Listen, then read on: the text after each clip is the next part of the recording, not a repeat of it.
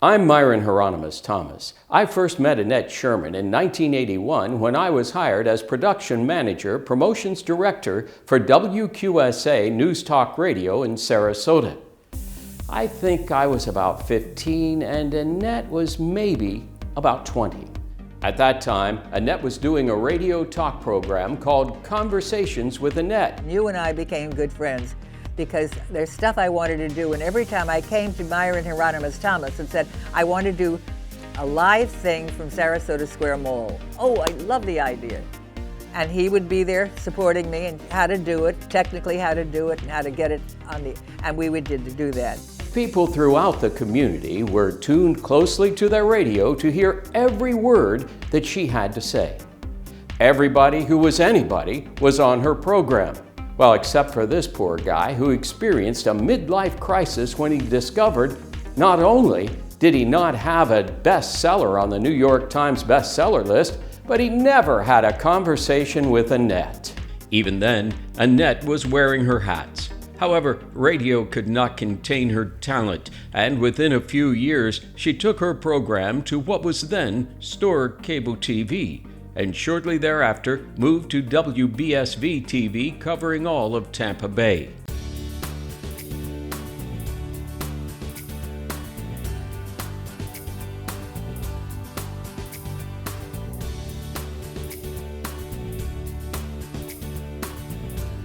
Annette featured local and national celebrities and covered all the important events.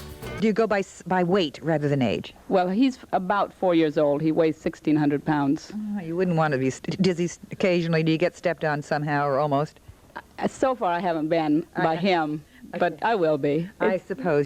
When the Sarasota Opera opened the newly renovated Opera House in 1984, Annette was there to capture the pageantry. Excitement was in the air. Praise and congratulations were everywhere. Dean Allen has been working day and night in every possible capacity. Dean, what's your feeling on this evening? My feeling is that it's the culmination of a dream, but only with a team. I want a statement from you, dear people, about this evening. This evening is, I believe, one of the most colorful evenings in the entire history of Sarasota. It'll go down in history. Experiencing a bad hair day for one program, Annette donned a hat. It has been her trademark ever since. I always loved hats because it's easy. You don't have to worry about your hair and so. And I wore a hat. Well, that was unanimous. Everybody loved the hat. I said, well, he made the decision for me. In 1990, during an editing session, Annette and her co-producer, Jan Wilhelm, were diligently working on their edits. I hear a voice, and it was Bob Wilhelms sitting and watching us. He said, you know what you guys have there? Yeah, we have a lot of work. Please get out of here, Bob. We love you dearly, but get out of here. He said, no. He said, you've got a video archive of this community. You saw the cartoon with the lights. Jan and I looked. Well, we could talk about nothing else for months. And finally, we put it together. They sought out the help of several influential Sarasotans, not the least of which was former state senator Bob Johnson, who, in 1991, helped them establish the 501c3 not-for-profit status. He gave us free legal advice and put all the things we needed together. A wonderful friend, a wonderful friend, a wonderful friend. By 1990, I was hosting my own 3-hour daily radio talk program and had been promoted to general manager of WQSA. Christy and I soon realized the future of AM radio was bleak and turned our focus to television and video productions, making the investment in the equipment to venture into that arena. One afternoon, I was representing WQSA at a Girls Inc. luncheon. I was seated beside Annette, and we began discussing our recent ventures. She was telling me about the development of the community video archives, and I told her about our recent decision to venture into television and video productions. She asked me if I thought perhaps we could produce one of these community video archive presentations. I said, all right, let's give it a whirl. Annette and Jan had acquired some VHS cameras, remember VHS? And had captured some interviews with several influential Sarasotans, including Jane Bancroft Cook, Leo Rogers, and Bill Mote. We began by producing those into 10-minute features. During the early years, there were multiple producers. 12 productions were created in 1992 and 1993. The first event inducting honorees was held on November 5, 1993 at the Selby Library, then located on the Bayfront.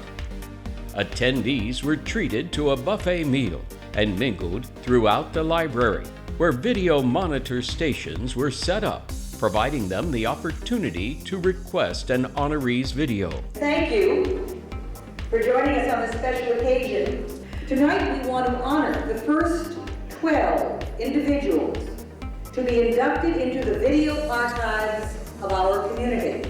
Kathy Shurston was the chairman that year, and as today, volunteers were a vital part of making the event a success. With this event, the stage was set for the future. Thanks for joining us in making history tonight.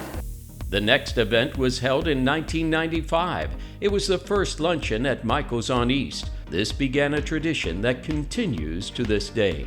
Over 100 CVA biographies and special event productions have now been produced and are not only available at local libraries, but are featured on the CVA TV program broadcast over SNN TV and may now be viewed internationally online at the CVA YouTube channel, where they should continue to reside into the next century.